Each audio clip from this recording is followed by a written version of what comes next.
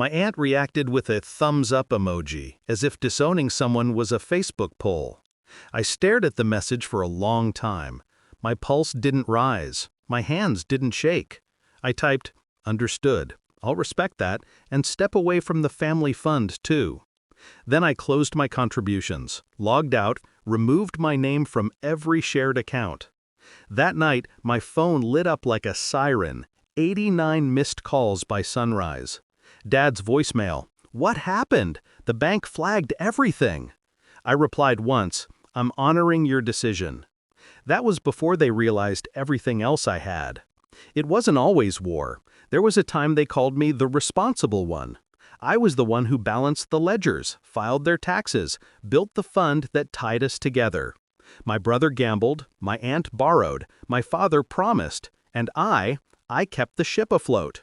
But the moment I asked for transparency, for receipts, for accountability, they turned on me.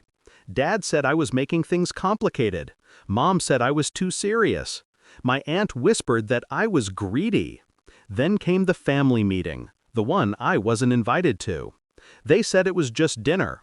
I saw the pictures online. New SUV, new jewelry, bought with the fund's card. My fund, the one I built to protect them. That's when I knew.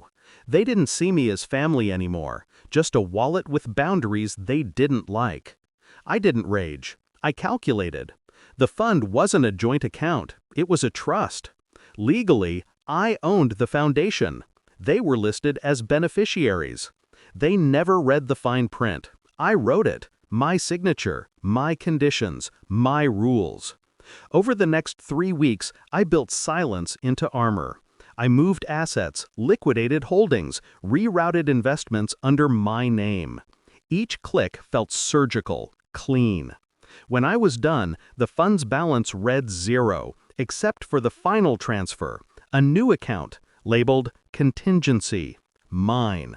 When the message came, "We think it's best you step away for now," I almost laughed. It was like they were cutting me off from something that was already gone. So I made it official. I stepped away. From the fund, the shared properties, the inheritance path, everything. But not before triggering a clause buried deep in the trust's bylaws. Any beneficiaries found in breach of fiduciary ethics will be removed and assets reabsorbed by the grantor. They signed those documents themselves, in front of a notary 5 years ago. I watched them do it. By dawn, my father was frantic. He called from 3 different numbers. The fund's accounts were frozen. The bank had flagged their withdrawals. The family house mortgage, previously paid by the fund, was now overdue. My aunt's travel credit line, canceled. My brother's loan, recalled. The silence they sent me came back with interest. At 3:12 a.m., a text from Mom, "Please, can we talk?" At 3:15, my brother, "You ruined us." At 3:17, my aunt, "This isn't what family does." I stared at the screen. I almost wrote, "You're right," but instead I sent nothing. They called a family emergency meeting 2 days later. This time, they invited me. Dad opened the door himself. He looked smaller, shoulders folded in. "Son, there's been a misunderstanding." His voice cracked on the last word. I walked in, calm. The dining table that once held birthdays and laughter now held bills, notices, and red letters. They all stared at me as if I were a ghost. "I just followed your wishes," I said. "You asked me to step away." I did.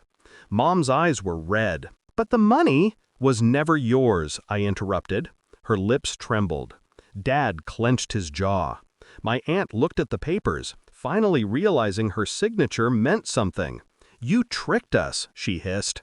I smiled. "No, you trusted me without reading the details. That's not a trick. That's negligence." Silence swallowed the room. Somewhere outside, a clock ticked. They spent months trying to reverse it. Lawyers, threats, tears. But the structure was airtight. Even the bank admitted, legally, ethically, and irrevocably, it was mine. By the time winter came, they sold the SUV, then the jewelry, then the house. They moved into a rental across town. I heard through a mutual friend that Dad started consulting again. Mom took part-time work. My brother disappeared. I didn't reach out. Some ties are better cut clean. Sometimes I still replay that night, the group message, the thumbs up emoji, the quiet cruelty of it. How easy it was for them to cast me out. But the thing about family is, they never imagine the quiet one holds the knife. Revenge wasn't rage. It was respect, honoring their decision with precision. They wanted distance. I gave them space, financially, legally, permanently. When people ask why I don't talk to my family anymore, I just say, we had a difference in values. And that's true. Mine held value, theirs didn't.